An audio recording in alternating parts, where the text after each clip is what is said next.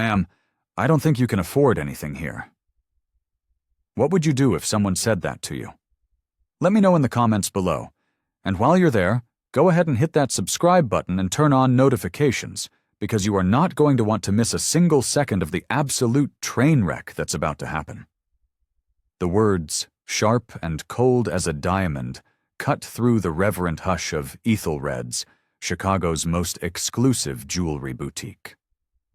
The air on the magnificent mile, usually thick with the scent of money and perfume, suddenly crackled with a tension so raw you could taste it. Dr. Evelyn Reed, a black woman whose bespoke suit alone cost more than the manager's monthly salary, didn't even flinch. A slow, knowing smile played on her lips, a smile that held the weight of boardrooms and billion-dollar deals. "Really?" she asked, her voice a calm, smooth river flowing over treacherous rocks.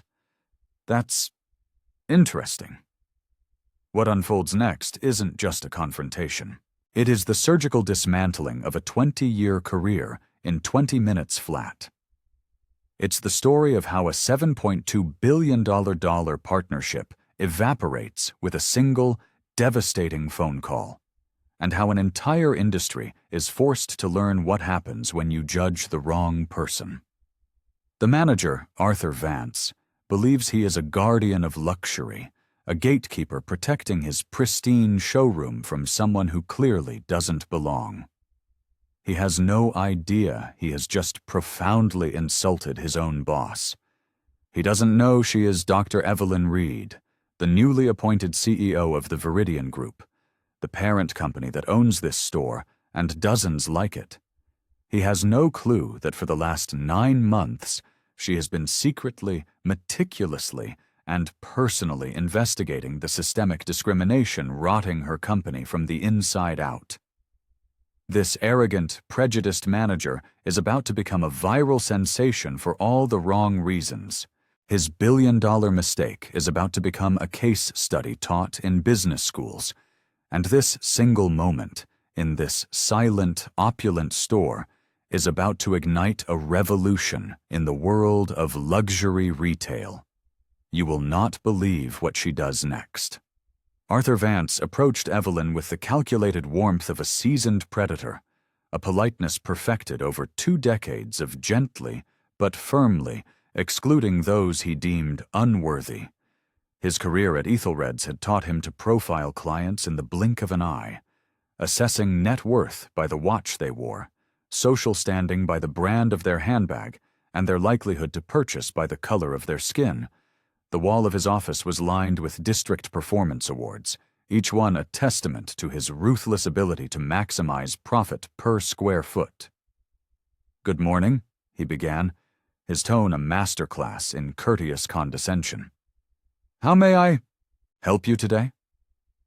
Evelyn's voice remained perfectly level, a tool sharpened in countless negotiations. "I'm interested in seeing your legacy collection. Something quite special for a significant anniversary."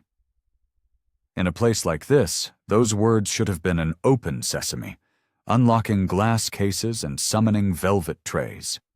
Instead, Arthur's smile tightened, a barely perceptible flicker of disdain. Behind him, a junior sales associate, Chloe Jenkins, paused her fawning over Mrs. Eleanor Harrington, a society doyenne examining a $250,000 necklace. "Of course," Arthur replied, though he made no move toward the heavily secured, brilliantly lit alcove where the legacy pieces were displayed. "And what price range were you considering?" From her vantage point, Chloe Jenkins knew this dance. She'd worked retail long enough to recognize the unspoken choreography of exclusion. The way Arthur subtly positioned his body as a barrier between Evelyn and the premium displays. The slight, deliberate pause before answering. The immediate, crass pivot to price before ever discussing the artistry of the product. She'd seen it before, dozens of times, and each time a knot of shame and fear tightened in her gut. Mrs. Harrington, dripping in old money and clutching a handbag that cost as much as a new car, watched the interaction with the detached curiosity of a queen, observing a minor court squabble, her perfectly plucked eyebrows raising a fraction of an inch. "I'd prefer to see the pieces first," Evelyn stated, her voice unwavering. A small, elegant pin on her lapel, the discreet insignia of the Viridian Group, caught the light as she gestured toward the legacy collection. "Quality and craftsmanship are far more important to me than the price point." A muscle in Arthur's jaw twitched. In the background, the soft chime of the front door announced another arrival. David Chen, a young, impeccably dressed Asian man in a Tom Ford suit, entered holding a leather portfolio that radiated wealth and influence. The security guard, who had been lazily watching the street, now stood a little straighter, his attention nervously splitting between the two non-white customers who had dared to enter this temple of luxury. "I understand," Arthur continued, lowering his voice to a tone he likely thought was confidential and helpful, but which landed as deeply insulting. "However, our legacy pieces begin at $100,000. Perhaps you'd be more comfortable starting with our contemporary line over here." The words hung in the air, a velvet-gloved slap in the face. Mrs. Harrington's carefully maintained composure finally cracked. A wave of visible discomfort washed over her. She had never, in her 60 years of privileged existence, been told to start with the contemporary collection. The sudden, shocking realization that she was witnessing raw, undisguised prejudice in her favorite jewelry store sent an unpleasant flutter through her chest. Meanwhile, David Chen had stopped just inside the entrance, the quiet hum of the store's air conditioning suddenly sounding like a roar in his ears. The security guard's eyes flicked from Evelyn to David, then back again. "The contemporary collection?" Evelyn repeated slowly, each syllable dropping like a perfectly cut stone into a silent pool. "And what, precisely, makes you think that collection would be more suitable for me?" The directness of the question caught Arthur off guard. He finally realized he'd strayed into dangerous territory, but 2 decades of unchallenged authority had calcified into a brittle arrogance. "I am simply trying to help you find something within your comfort zone," he said, the words dripping with implications he didn't bother to hide. Near the entrance, David Chen stood frozen, his grip tightening on his portfolio. He knew this script. He'd lived 1,000 different versions of it. The polite redirections, the subtle assumptions, the carefully coded language designed to maintain plausible deniability while delivering a crystal-clear message of exclusion. His phone vibrated in his pocket with an urgent notification, but he ignored it, his entire being transfixed by the ugly drama unfolding before him. Evelyn reached into her handbag, her movements deliberate and unhurried, and pulled out a slim, elegant wallet. "Would seeing my identification," she asked, her voice laced with steel, "help you to establish my comfort zone?" The offer was both a final chance and a perfectly laid trap. Arthur's answer would seal his fate. Chloe exchanged a wide-eyed, panicked glance with another associate. They were no longer just sales assistants. They were witnesses to something that was about to detonate, sending shockwaves far beyond the plush, carpeted confines of their Madison Avenue showroom. The store's security cameras, mounted discreetly in the ceiling, continued their silent, impartial recording, capturing every word, every gesture, every damning micro-expression of a reckoning that was now inevitable. The classical music playing softly through the speakers suddenly sounded discordant, a soundtrack to a corporate execution. What Arthur Vance said next would determine everything that followed. Arthur's eyes flickered from the offered wallet back to Evelyn's calm, unreadable face. His decision was etched in the slight, arrogant shake of his head, in the way he raised his palm in a gesture meant to be placating, but that came across as utterly dismissive. "That won't be necessary," he said, his voice imbued with the absolute certainty of a man who believed he was the king of this small, glittering castle. I've been in luxury retail for 20 years. I can assess a client's needs quite accurately. The words were a lit match in a room drenched in gasoline. Mrs. Harrington's vague discomfort instantly crystallized into cold, sharp anger. She'd watched this same man, Arthur, fawn over her for years, remembering her dog's name, offering her champagne, treating her like visiting royalty. The grotesque contrast between that behavior and what she was witnessing now was not just stunning, it was nauseating. Almost unconsciously, her $1,000 smartphone appeared in her manicured hand. Evelyn's composure remained flawless, but a subtle shift occurred in her posture. She stood taller, straighter. The Viridian Group pin on her lapel seemed to catch the light, a beacon against the dark navy of her suit. "I see," she said, her voice dangerously quiet. "So, you have determined that I cannot afford your legacy collection based on what, exactly?" The question hung in the charged air like a bomb with a ticking clock display. Arthur glanced around the store, suddenly, belatedly aware that his private assessment had become a public performance. Chloe had stopped all pretense of tidying the display case. David Chen stood motionless by the door, his portfolio forgotten. And Mrs. Harrington's thumb was now hovering ominously over the record button on her phone's screen. "I am simply trying to provide excellent customer service," Arthur deflected, but his voice, for the first time, lacked its usual confident ring. "We want all of our clients to have a positive experience. By assuming I cannot afford your merchandise? I never said that. You didn't have to." Chloe felt her stomach clench. She had watched Arthur operate for 3 years, seen the coded ways he treated different customers, but never had it been this blatant, this undeniably ugly. The young woman, a single mother of 2, recognized injustice when she saw it, a bitter taste that reminded her of her own past struggles with prejudice in other jobs. Evelyn took out her own phone. The movement was slow, deliberate, and full of purpose. "I think," she said, looking directly at Arthur, "this conversation might be educational for a wider audience." Arthur's face flushed a deep, mottled red. "Ma'am, I'm going to have to ask you not to record inside our store. It is against company policy." "Whose company?" The question was so simple, so direct, it was devastating. "Excuse me?" I asked, "Whose company? Who owns Ethelred's Jewelers?" For the first time, Arthur's supreme confidence began to visibly crumble. "The Viridian Group, but I fail to see how that's—" "The Viridian Group," Evelyn repeated, a strange new note in her voice that made Chloe look up sharply. "Interesting." From across the room, David Chen recognized the shift.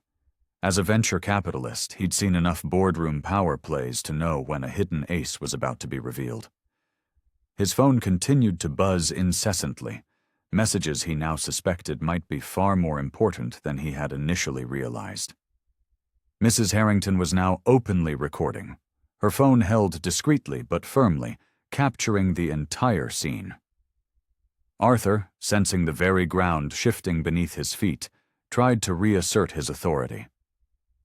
"Ma'am, if you are not here to make a purchase, I am going to have to ask you to leave. You are disrupting our other customers." It was his fatal mistake. Evelyn's smile was small, controlled, and utterly terrifying.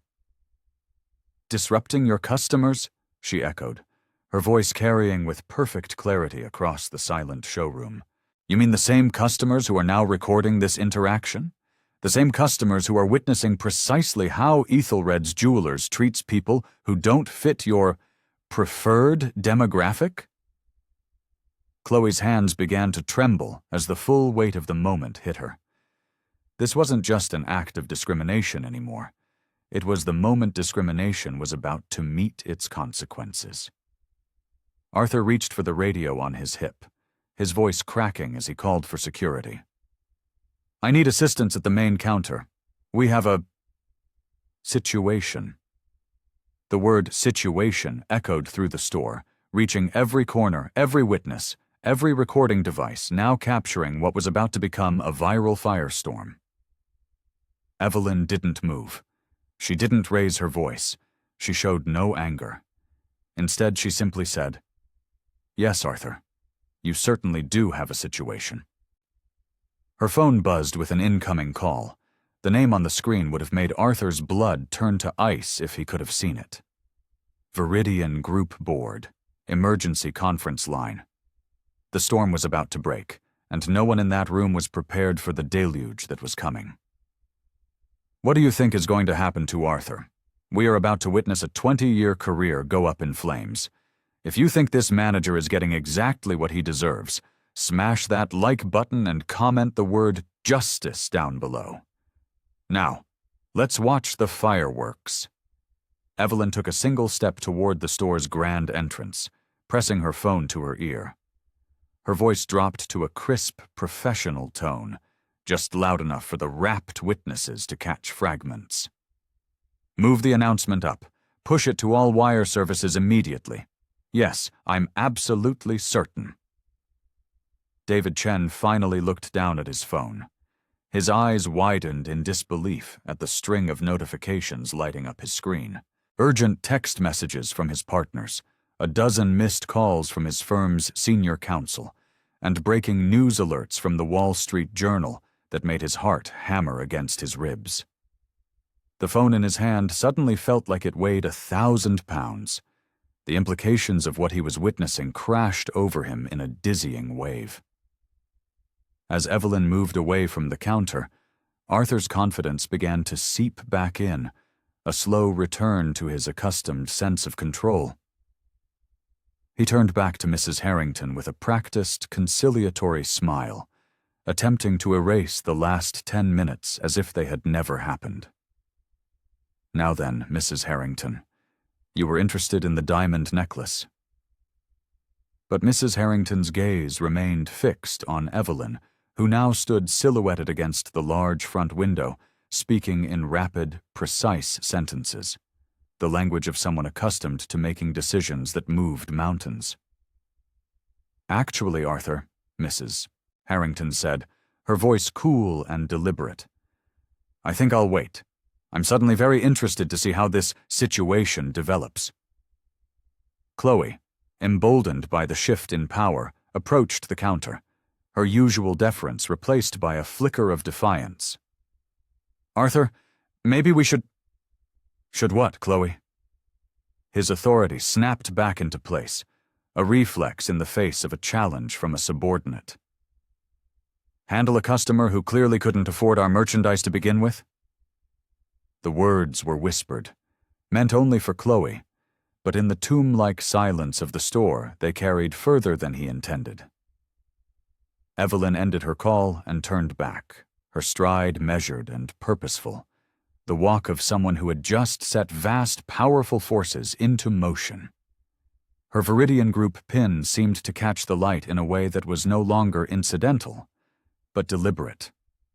"I've been thinking about our conversation, Arthur," she said, a new undertone in her voice that made the hairs on his arms stand up.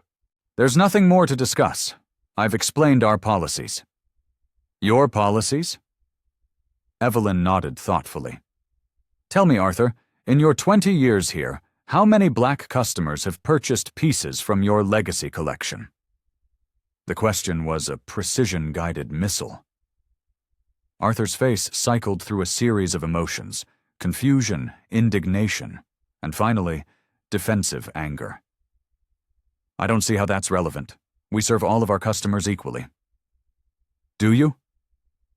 Evelyn's gaze swept across the showroom, taking in every witness, every camera, every person who would forever remember this moment. "Because for the past 9 months, I have been documenting some interesting patterns." She produced a small tablet from her bag, swiping the screen to reveal what was clearly a meticulously compiled database: detailed notes, timestamps, direct quotes, and clandestine audio recordings. Chloe recognized some of the incidents Evelyn was referencing. A quiet word here, a redirected customer there. Moments she had witnessed, felt a pang of unease about, but had never dared to name or challenge. Seeing them all laid out, organized, presented as irrefutable evidence, created a sickening feeling in her stomach and a dawning sense that her entire world was about to be irrevocably altered. "You've been documenting?" Arthur's voice climbed an octave, cracking under the strain. "Research," Evelyn corrected smoothly. "I believe in thorough preparation before making any significant business decisions." David Chen moved closer, his legal and financial instincts now fully engaged. He recognized the methodical, painstaking approach of someone building an unshakable case. What business decisions?" Arthur stammered, though a dreadful premonition was beginning to dawn in his eyes. Evelyn's smile was patient, almost gentle, the kind of smile that preceded corporate takeovers and industry-wide restructurings. "The kind that affect entire corporations, Arthur. The kind that reshape industries." She glanced at her watch, a gesture that seemed casual but felt precisely calculated. "I have a meeting in 20 minutes. A very important meeting about the future of luxury retail, about the companies that will thrive in an inclusive global marketplace and those that will not." The words landed like individual stones, each one building a wall around Arthur, trapping him. What she was about to reveal would not just end his career, it would obliterate the entire foundation of power on which he had built his life. Evelyn's tablet displayed a comprehensive documentation system so detailed and damning it made Arthur's face drain of all color. Screenshots of internal sales data, timestamps of customer interactions, audio recordings of biased conversations, a mountain of evidence proving a pattern that extended far beyond this one single morning in Chicago. "Over the past 9 months, Evelyn began, her voice carrying the clear, ringing authority of a CEO presenting to a hostile board, "I have personally visited 12 of our flagship properties, from Beverly Hills to London. The consistency of the customer experience has been illuminating." Mrs. Harrington found herself leaning forward, her earlier discomfort now completely transformed into a rapt fascination. She was witnessing something she had never imagined possible. The systematic, data-driven exposure of the very discrimination that was woven into the fabric of the privileged spaces she frequented. Her phone continued to record, a silent, digital witness to history. Arthur's radio crackled to life. "Security here, on our way to the main counter." "Cancel that," Arthur hissed into his radio, suddenly realizing that more official witnesses were the last thing he needed. But it was too late. 2 uniformed security guards entered the showroom, their solid presence immediately ratcheting up the tension. The few remaining customers paused their browsing, drawn to the undeniable gravity of the unfolding drama.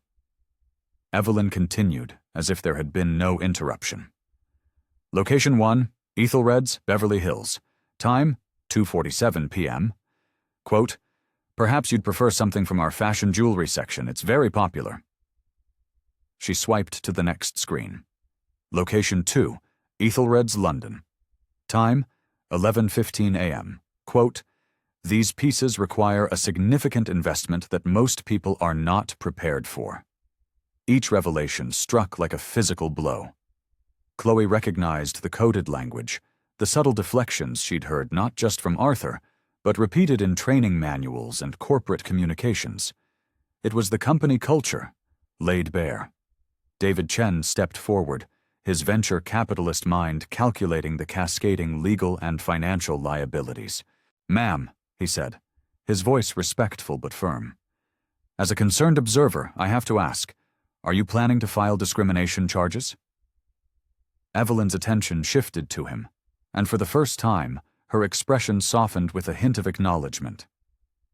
"That depends," she said, "on what happens in the next few minutes." Chloe felt like she was holding her breath, on the verge of either fainting or cheering. 3 years of biting her tongue, of watching good people be treated poorly, of participating in a system she knew was wrong but felt powerless to change. It was all crystallizing into this single, terrifying moment of reckoning. Arthur, desperate, made one last foolish attempt to seize control. "Security, please escort this woman from the premises. She is harassing my staff and our customers." But the guards hesitated. Something in Evelyn's unshakable composure, in the damning evidence on her tablet, in the growing crowd of phone-wielding witnesses, told them this was not a typical disruption. "Before they do that," Evelyn said calmly, "perhaps you'd all like to see this." She swiped to a new screen. An email thread was clearly visible, with Arthur's company signature, arthur.vanceethelreds.com, prominently displayed.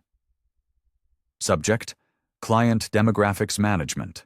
Quote, "We need to refocus on our core customer base. Some people simply do not fit our brand image, and catering to them dilutes the Ethelreds experience." The email was dated 6 weeks ago. Arthur's face went ashen. That's taken out of context," he stammered, his voice a dry rasp. "Is it?" Evelyn scrolled down, revealing his official response to a company-wide diversity and inclusion initiative.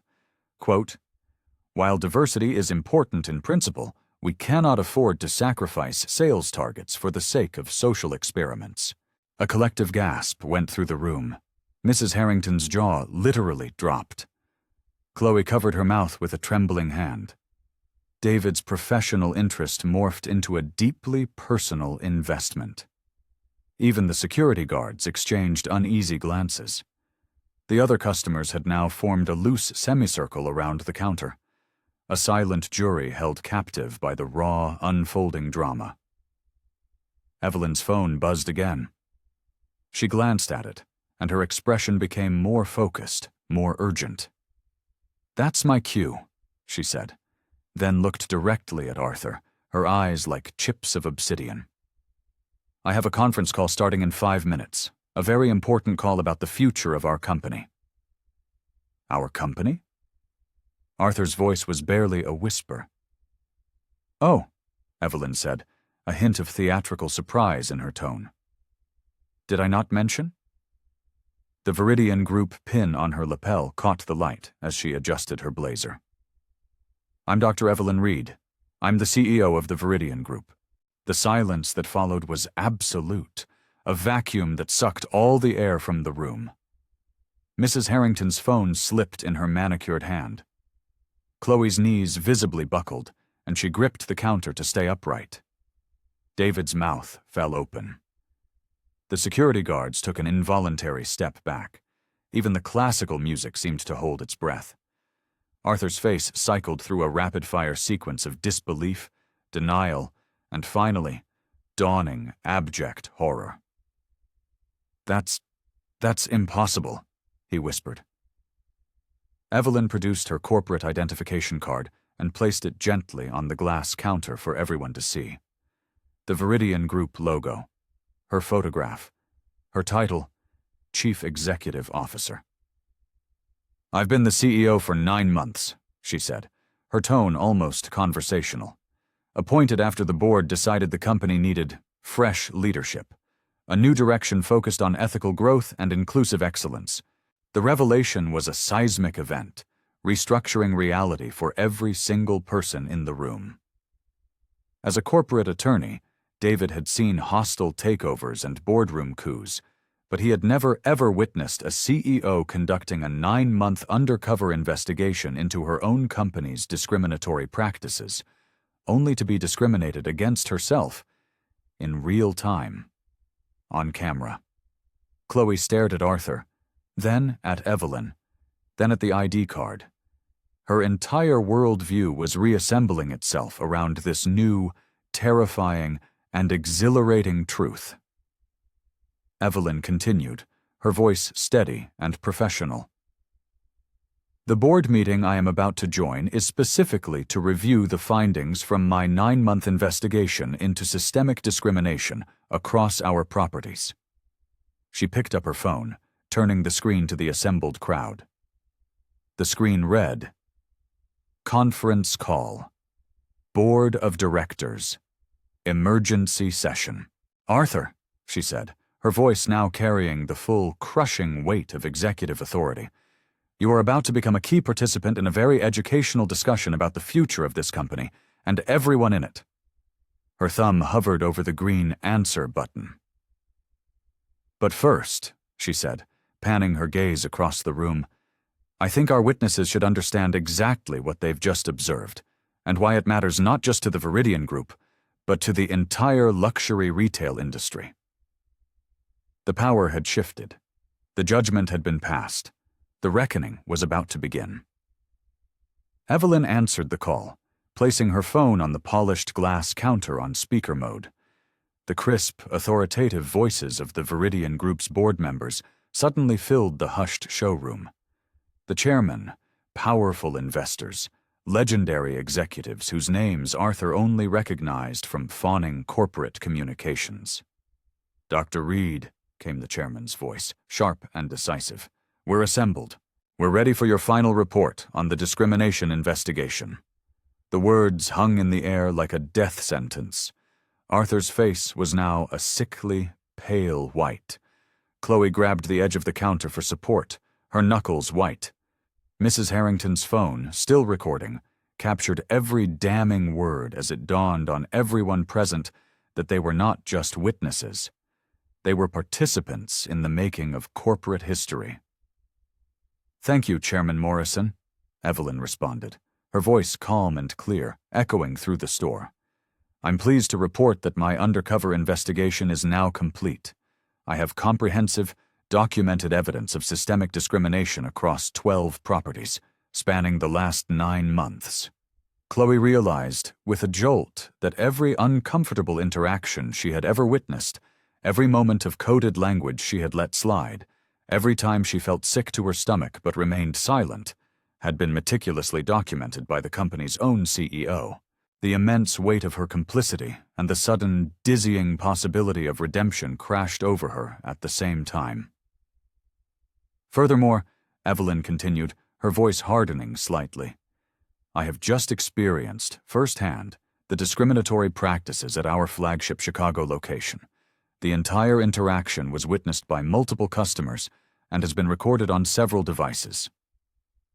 She gestured pointedly toward Mrs. Harrington, whose phone was still held high, and then angled her head toward the store's own security cameras, which had been silently documenting the entire disastrous encounter. Chairman Morrison's voice sharpened with cold fury. "Are you telling me, Dr. Reed, that you were personally subjected to discrimination at one of our own properties?" "By the store manager, Arthur Vance," Evelyn confirmed. "A man with 20 years of glowing performance reviews and district awards. His behavior today was not an aberration. It was a perfect reflection of the toxic culture we have allowed to fester within this company for far too long." Arthur opened his mouth to speak, to object, to plead, but no words came out. He was a statue of pure terror. Evelyn swiped through her tablet, displaying more evidence for the horrified crowd. "Email documentation," she announced, "reveals explicit discussions led by Mr. Vance about managing client demographics and maintaining brand image through exclusionary practices." David Chen recognized the legal cataclysm unfolding. This wasn't just corporate malfeasance. This was a treasure trove of documented, undeniable civil rights violations, complete with witnesses, recordings, and a CEO who had personally gathered evidence that could not only destroy the company, but reshape industry-wide practices. His own phone continued to buzz with frantic messages from his firm, but he ignored them, completely transfixed by the systematic, real-time annihilation of institutional prejudice happening right before his eyes. The chairman's voice boomed from the phone speaker. "Dr. Reed, what are your recommendations?" Evelyn's response was immediate, decisive, and ruthless.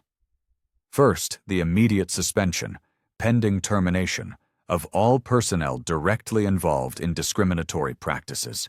Second, a mandatory, comprehensive retraining program for all customer-facing staff, effective immediately.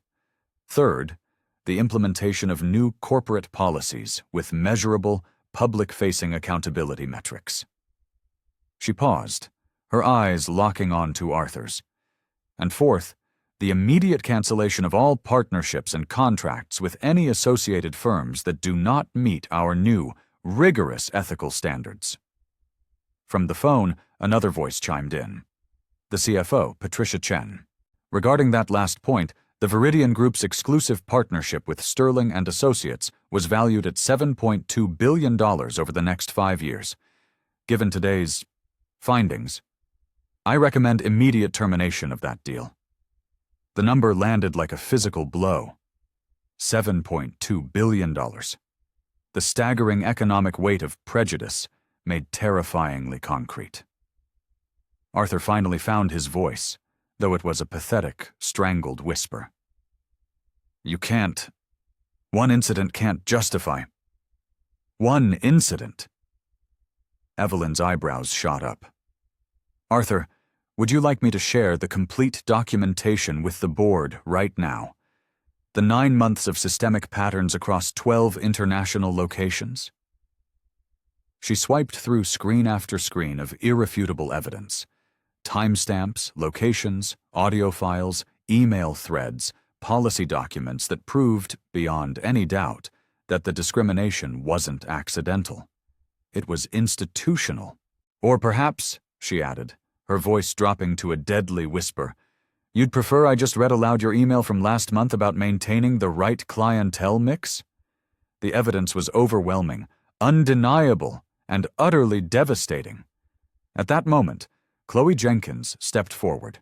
Her voice shook, but her eyes were filled with a newfound determination. Dr. Williams, she said, her voice ringing with conviction, I witnessed these things.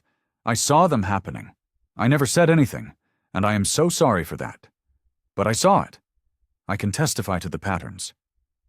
Her words broke the dam.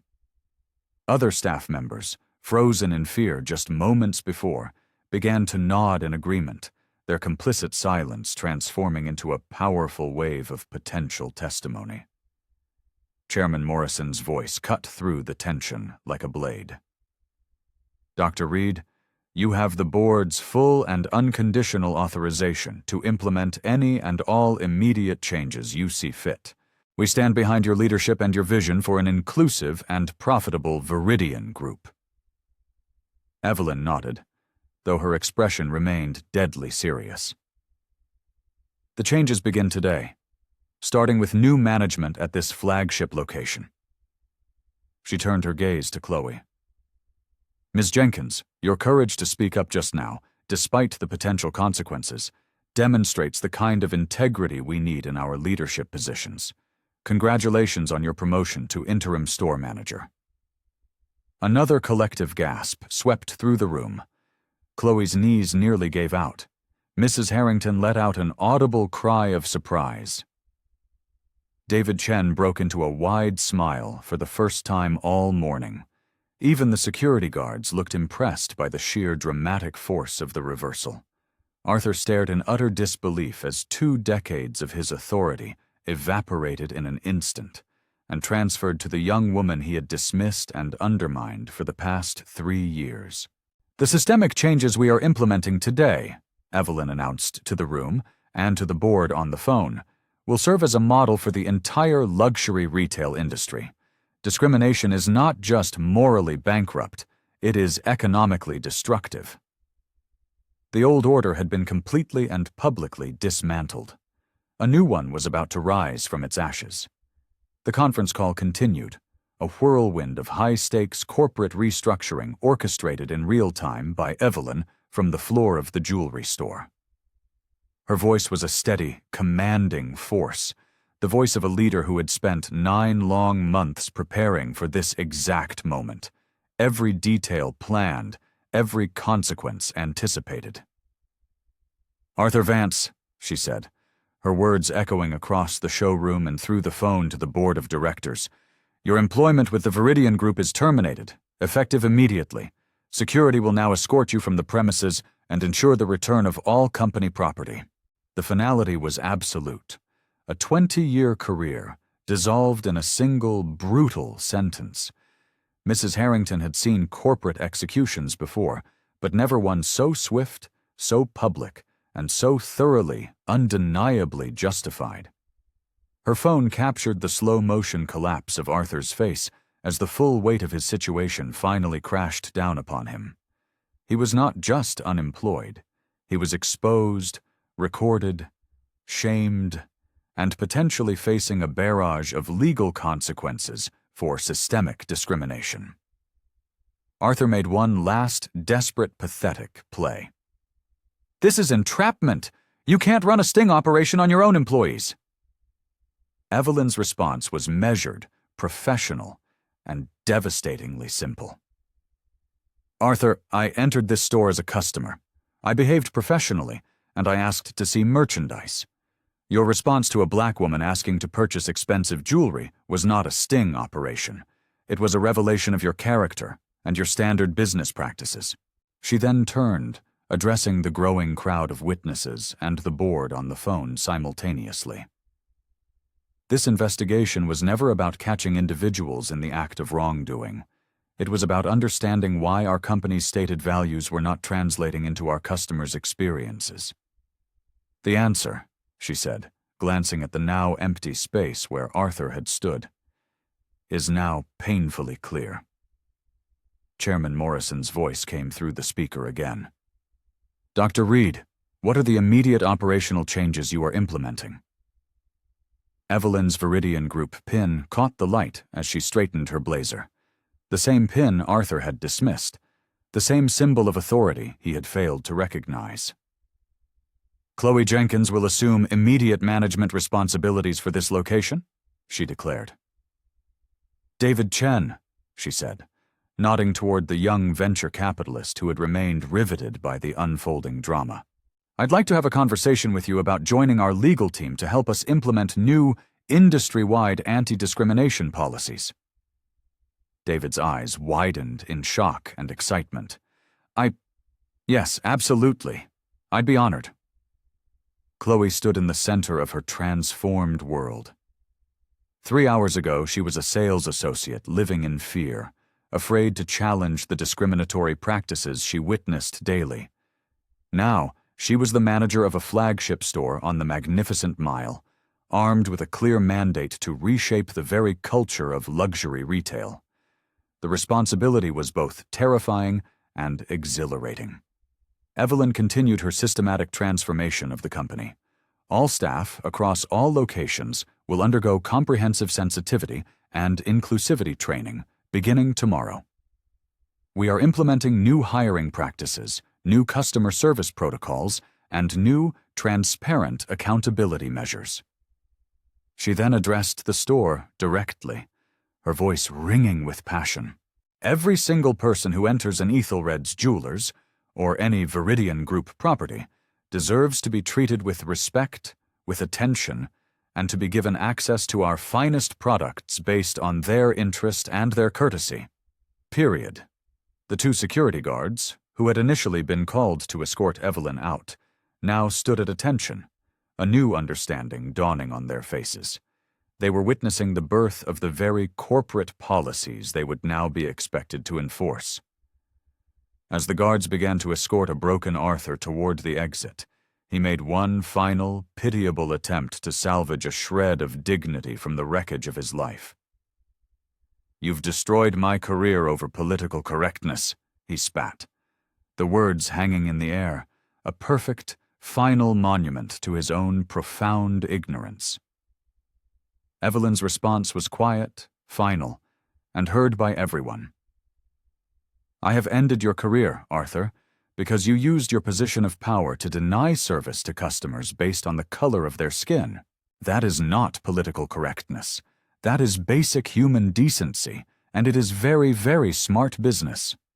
The impromptu courtroom of assembled customers, staff, and witnesses had watched institutional power confront institutional prejudice, and had seen, for once, discrimination face real, immediate, and devastating consequences. Several were still recording, understanding that they were documenting a pivotal moment that would ripple far beyond the walls of this single Chicago showroom. Evelyn addressed them directly. What you have witnessed today represents a commitment to change that extends far beyond the Viridian Group. We will be sharing our new policies, our training programs, and our findings with the entire luxury retail industry. She looked directly at Mrs. Harrington. Mrs. Harrington, your documentation of today's events will be crucial evidence in our industry-wide initiative. Would you be willing to participate in our new advisory committee for inclusive luxury experiences? Mrs. Harrington, still holding her recording phone, nodded emphatically, a new fire in her eyes. Absolutely. This needed to happen a long time ago. The conference call continued, with board members enthusiastically approving massive budget allocations for the new training programs, diversity initiatives, and the implementation of measurable inclusion metrics across all global properties. The CFO, Patricia Chen, her voice crisp and clear, came through the speaker. The financial projections for our new inclusive business approach show significant potential for revenue increases in untapped markets. Discrimination wasn't just morally wrong, it was economically stupid. Evelyn nodded in agreement.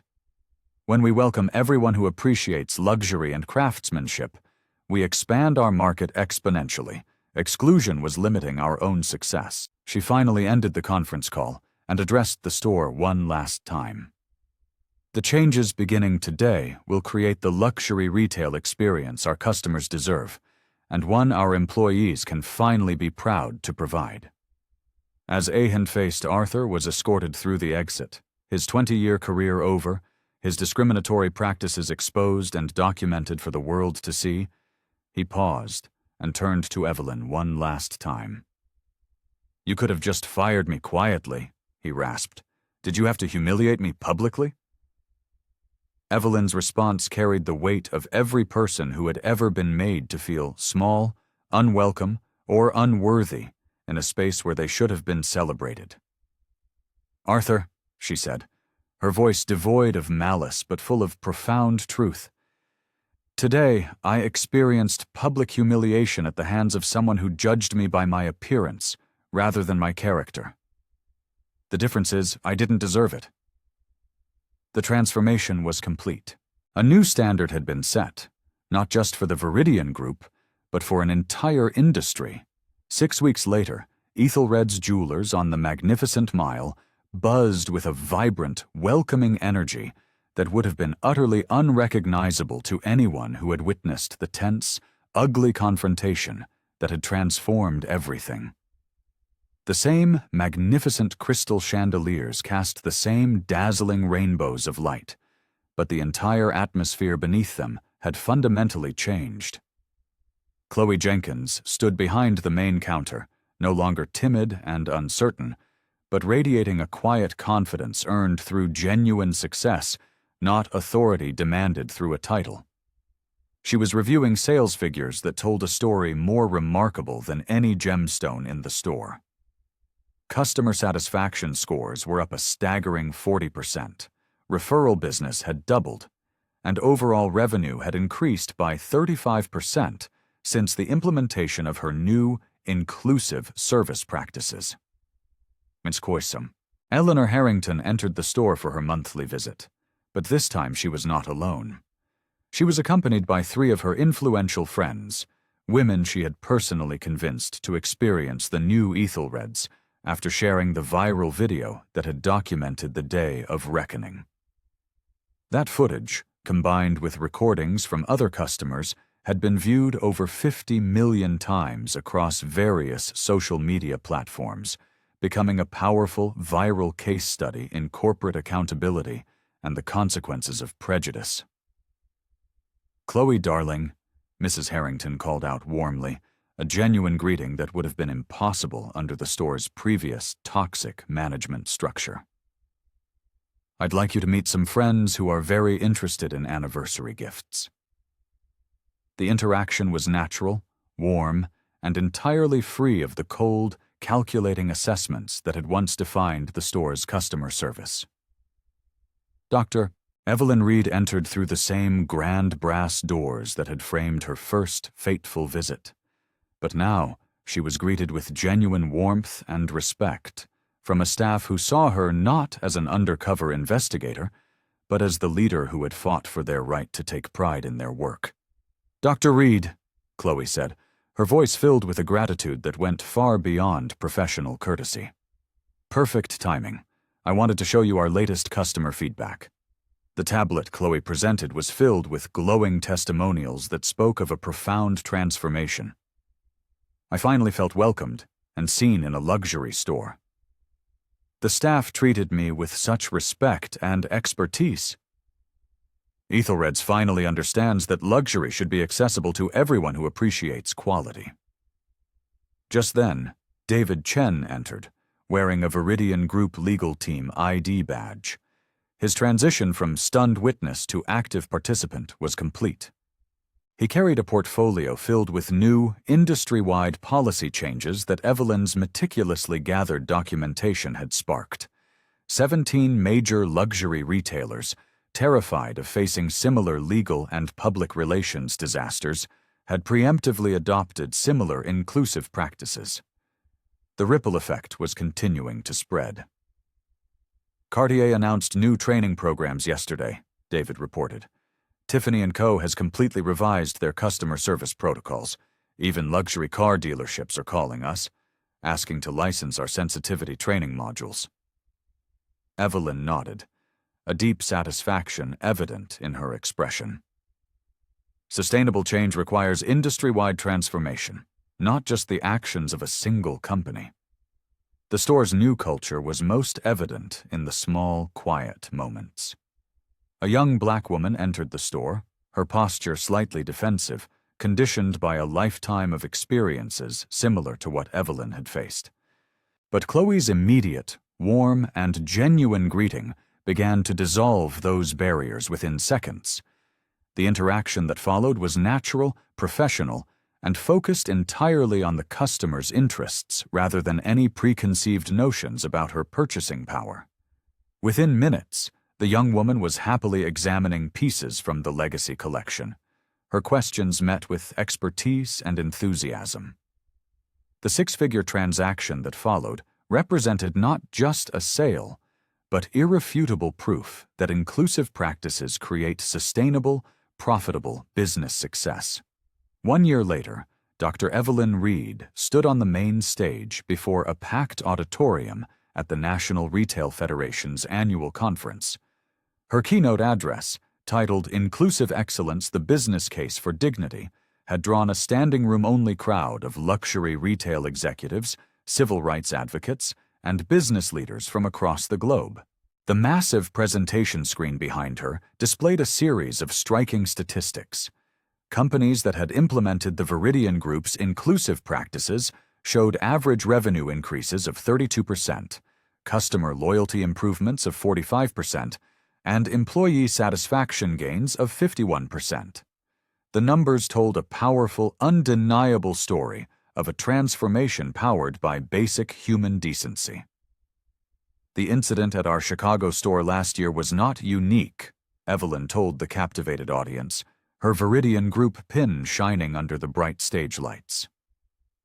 What made it significant was that it was documented, it was witnessed, and it was used as a catalyst for systemic, industry-wide change, rather than being dismissed and ignored as an isolated incident.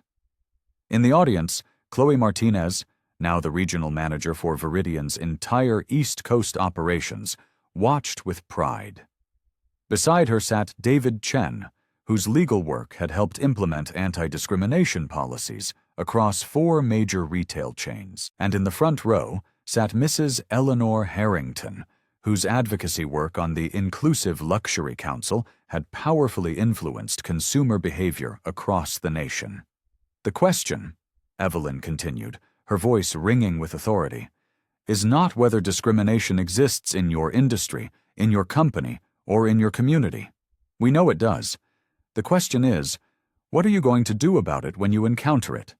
She clicked to her final slide, which displayed the contact information for the Inclusive Excellence Initiative, the industry-wide program that had grown from one ugly confrontation into a global movement that was reshaping corporate culture.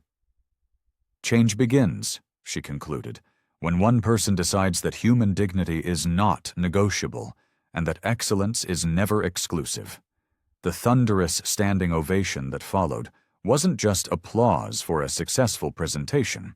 It was a roar of recognition for a revolution that had started with one woman's courageous refusal to accept discrimination and had grown into a systemic change affecting millions of lives and billions of dollars in commerce. As the applause began to fade, Evelyn delivered her final, powerful words, looking directly into the camera that was broadcasting her speech to the world. If you've witnessed discrimination, document it. If you've experienced it, report it. And if you are in a position to change it, you have a moral and financial obligation to act. The cost of inaction isn't just measured in lost dignity. It's measured in lost economic opportunity, lost social progress, and the loss of the fundamental promise that excellence should and must be accessible to everyone. The revolution continues, one interaction, one person, one moment of courage at a time. Thank you for watching. If this story moved you, please like, subscribe, and share it with someone who needs to hear it. Together we can all be part of the change.